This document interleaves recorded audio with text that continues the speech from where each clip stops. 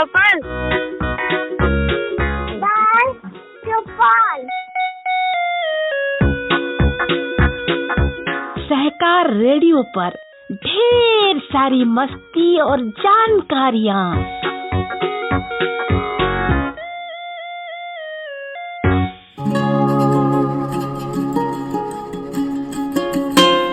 Hello बच्चों, ये है सहकार रेडियो और आप सुन रहे हैं सहकार रेडियो का कार्यक्रम बाल चौपाल।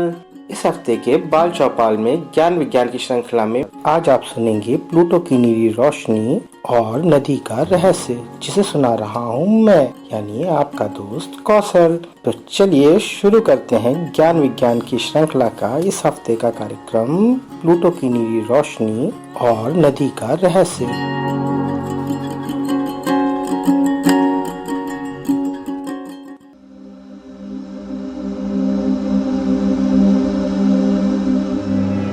तो बच्चों, चंदा मामा वाली लोरी तो तुम सबने सुनी होगी और ट्विंकल ट्विंकल लिटिल स्टार वाली कविता भी स्कूल में पढ़ी ही होगी।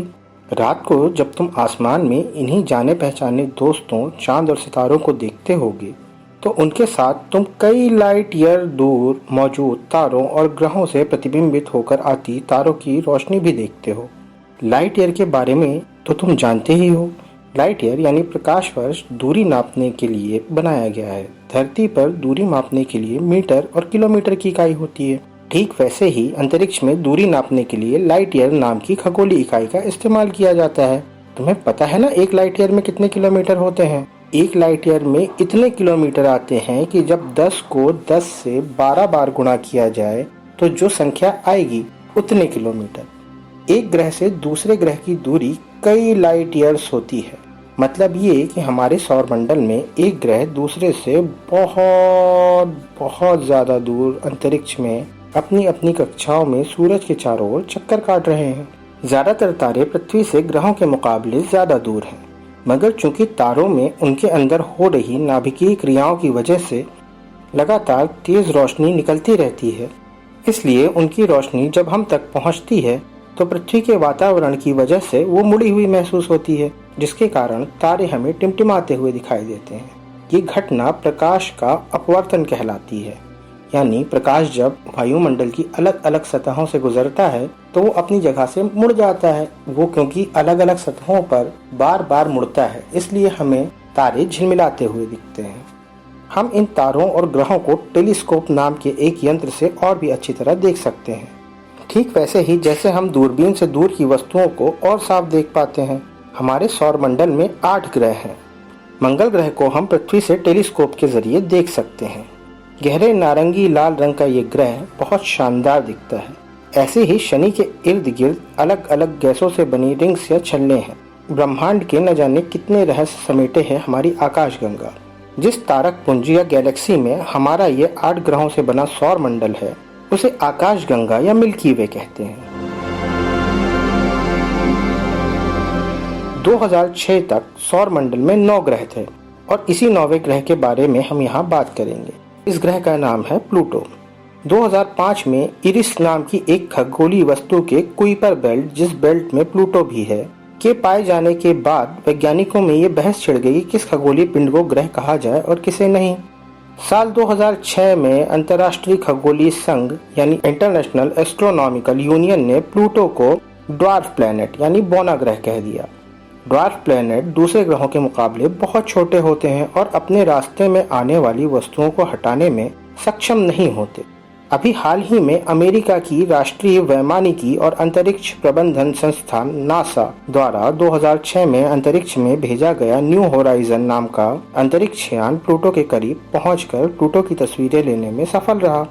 प्लूटो पृथ्वी से 750 करोड़ प्रकाश वर्ष दूर है और प्लूटो तक की इस यात्रा में न्यू होराइजन को 9 साल लग गए। न्यू होराइजन से पहले कोई भी अंतरिक्ष यान प्लूटो के इतने पास नहीं पहुंचा। न्यू होराइजन द्वारा भेजी गई तस्वीरों ने प्लूटो की भूगर्भिक विविधताओं के बारे में कई नई जानकारियां जोड़ दी हैं। न्यू होराइजन द्वारा भेजी गई तस्वीरों से प्लूटो की सतह से निकल रही नीली रोशनी, प्लूटो पर बह रही नदी, ऊंचे पहाड़ों और समतल मैदानों जैसे रहस्यों का खुलासा किया है। ये नीली रोशनी का गोला किस चीज का है और प्लूटो पर बहती नदी किस चीज से बनी है? इन बातों का जवाब खोजने से पहले आओ प्लूटो के बारे में थोड़ा जान लें। प्लूटो चंद्रमा से आकार में थोड़ा छोटा है। प्लूटो के वातावरण का दबाव पृथ्वी के वातावरण से 10,000 गुना कम है। प्लूटो का वातावरण मूलतः नाइट्रोजन, मीथेन और कार्बन मोनोऑक्साइड से बना है। प्लूटो पर सामान्य तापमान 0 से 400 डिग्री नीचे रहता है। ऐसे में प्लूटो एक बेहद ठंडा ग्रह है। 0 तापमान पर तो पृथ्वी पर पानी बर्फ में बदल जाता है। प्लूटो को सूरज का एक चक्कर लगाने में 248 दिन लगते हैं और पृथ्वी के हिसाब से प्लूटो पर एक दिन पृथ्वी के 6.5 दिनों के बराबर है। सोचो, अगर पृथ्वी पर भी दिन इतने लंबे होते तो क्या इतनी एनर्जी हम में बचती कि हम इतना खेल पाएं? स्कूल का समय भी इतना ही लंबा होता। मगर सूरज से इतनी दूर होने के कारण, बर्फीली ठंड होने से और ऑक्सीजन और पानी के ना होने की वजह से प्लूटो या किसी और ग्रह पर जीवन संभव नहीं है। इसीलिए तो हमारी पृथ्वी इतनी खास है। खैर, पृथ्वी के बारे में फिर कभी बात करेंगे। अभी वापस प्लूटो पर चलते हैं। प्लूटो पर गुरुत्व बल पृथ्वी के मुकाबले 1/15 है। यानी अगर कोई व्यक्ति पृथ्वी पर 150 किलो का है तो उसका वजन प्लूटो पर केवल 10 किलो होगा। अच्छा, एक और मजेदार बात बताऊं, प्लूटो के पास अपने 5 उपग्रह भी हैं जो उसके चारों ओर चक्कर लगाते हैं। जैसे चांद पृथ्वी का उपग्रह है, वैसे ही शायरन, कर्बरोस, स्टिक्स, निक्स और हाइड्रा प्लूटो के उपग्रह हैं। अब वापस न्यू होराइजन द्वारा खींची गई तस्वीरों से मिली जानकारी और उससे जुड़े सवालों पर चलते हैं। न्यू होराइजन द्वारा भेजी गई एक तस्वीर में प्लूटो की सतह से निकलती नीली रोशनी दिखाई देती है। जानते हो ये नीली रोशनी कैसे निकलती है?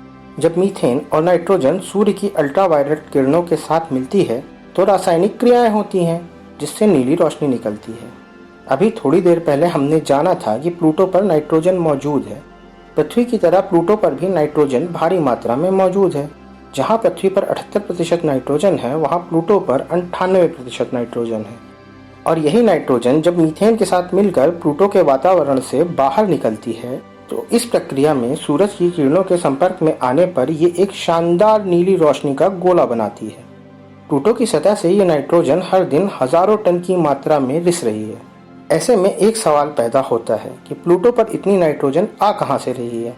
प्लूटो पर शोध कर रहे वैज्ञानिकों के मुताबिक उल्का पिंडों यानी अंतरिक्ष में जो खगोलीय पिंड इधर उधर घूम रहे हैं, उनके प्लूटो से टकराने से जो दरारें पैदा होती हैं, उनसे प्लूटो के कोर में मौजूद नाइट्रोजन रिस कर सतह पर पहुंच रही है। इसके साथ न्यू होराइजन ने एक ऐसी तस्वीर भेजी है जिसमें प्लूटो पर 3000 मीटर ऊंचे पहाड़ और बहती नदियों के बारे में पता चलता है। मगर जब प्लूटो पर पानी ही नहीं है तो ये नदी किस चीज की है? ये नदी है जमी हुई नाइट्रोजन की बर्फ की। जैसे पहाड़ों में हिमस्खलन यानी बर्फ की चट्टान के टूटने के कारण पानी से बनी बर्फ बहती हुई प्रतीत होती है, वैसे ही प्लूटो पर जमी हुई नाइट्रोजन से बनी बर्फ भी तस्वीरों में बहती हुई दिख रही है। प्लूटो पर मौजूद पहाड़ भी इसी जमी हुई नाइट्रोजन के हैं।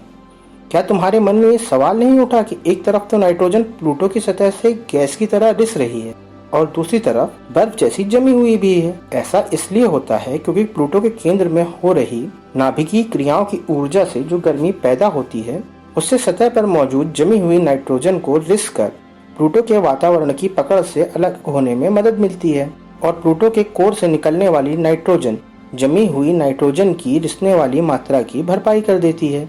एक और बेहद मजेदार तस्वीर में प्लूटो पर दिल जैसी आकृति दिखाई देती है जो बाकी ग्रह से हल्के रंग की है। इस हिस्से को टॉमबाग रीजन कहते हैं। क्लाइड टॉमबाग ने ही प्लूटो को खोजा था, इसलिए उनके नाम पर इस दिलनुमा आकृति का नाम रखा गया। ये हिस्सा बाकी ग्रह से इसलिए अलग दिखता है क्योंकि इस जगह कार्बन डाइऑक्साइड से बनी बर्फ है। ऐसे जानकारी के लिए ये भी बता दूं कि नाइट्रोजन का कलर हल्का नीला और कार्बन डाइऑक्साइड का बिल्कुल सफेद होता है। 14 जुलाई 2015 को न्यू होराइजन प्लूटो के पास से गुजरता हुआ निकला और अभी तक इस अंतरिक्ष यान द्वारा खींची गई सारी तस्वीरें पृथ्वी पर नहीं आई हैं। आने वाले कुछ समय में जब सारा डाटा वैज्ञानिकों तक पहुंच जाएगा तब हम प्लूटो के बारे में और भी ज्यादा जानकारी हासिल कर पाएंगे।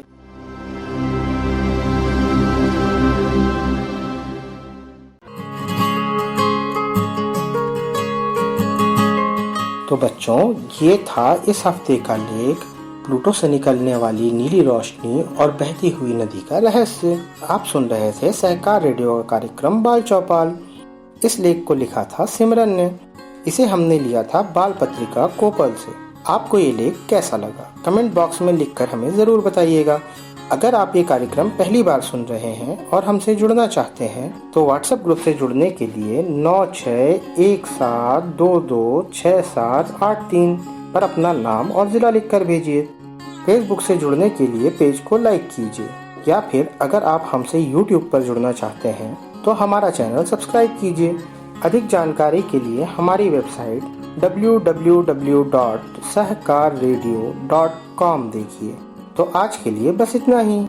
अगले हफ्ते फिर से किसी ऐसी ही नई जानकारी के साथ मिलूंगा मैं, आपका दोस्त कौसर। तब तक के लिए अपना ख्याल रखिएगा, खुश रहिएगा, बाय।